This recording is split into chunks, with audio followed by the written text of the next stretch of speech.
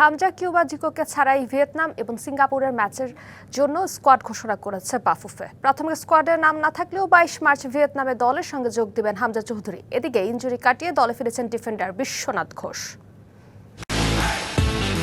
Asian cup বাছাইয়ে Singapore ম্যাচের আগে ভিয়েতনামের বিপক্ষে প্রস্তুতি ম্যাচ খেলবে কাবরেরার শিষ্যরা। রোববার দেওয়া হয়েছে 2 ম্যাচের প্রাথমিক স্কোয়াড, যেখানে নেই হামজা, কিউবা এবং জিকোর মতো বড় নাম। 22 মার্চ ইংল্যান্ড থেকে সরাসরি ভিয়েতনামে দলের সঙ্গে যোগ দেবেন হামজা, তাই ঢাকার ক্যাম্পে রাখা হয়নি তার নাম। অন্যদিকে জিকোর সুযোগ পাওয়া অনেকটা নিশ্চিত থাকলেও শেষ পর্যন্ত 28 জনের স্কোয়াডে জায়গা হয়নি তার। কাবরেরার এমন আচরণে চটেছেন সাবেক অধিনায়ক জাহিদ হাসান এমিলি। আপনি সবসময় এই ধরনের খামখেয়ালিপনের আগেও করেছেন, এখনো করছেন। প্লেয়ারদেরকে নিয়ে আপনি রীতিমতো খেলছেন, এটা ঠিক না। প্লেয়ারদের মেন্টালিটি নিয়ে আপনি, মানসিকতা নিয়ে আপনি খেলছেন, এটা কোনোভাবে অ্যাকসেপ্টেবল না।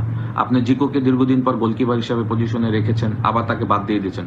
What is this? আপনি জিকোর মতো goalkeeper, Zico South Asia best goalkeeper, তাহলে আপনি তাকে ডাকলেন কেন? চলতি মৌসুমে ঘরোয়া লিগেও কিংস জার্সিতে ভালো পারফরমেন্স জিকোর, তবে স্কোয়াডে জায়গা হয়েছে বসুন্ধরা কিংসের। সাইড বেঞ্চে সময় কাটানো মেহেদী হাসান শ্রাবণের। আছেন ব্রাদার্স ইউনিয়নে খেলা 23 বছর বয়সী গোলরক্ষক ইসাক আকন্দু। আপনি ইশাক আকন্দকে নিয়েছেন ব্রাদার্সের গোলকিপার, ইটস ফাইন। আপনি জিকোকে বাদ দিয়ে তাকে নিয়েছেন, ইটস গুড, বাট তাহলে জিকোকে ডেকেছেন কেন?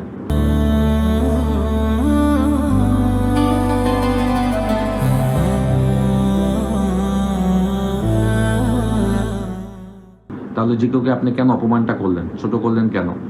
আপনি জিকোকে বাদ দিয়ে আপনি বসুন্ধরা কিংসের সেকেন্ড কিপার আপনি শ্রাবণকে ঠিকই আবার রেখেছেন। সে লিগে তার কোনো পারফরমেন্স নেই, কোনো ম্যাচ নেই।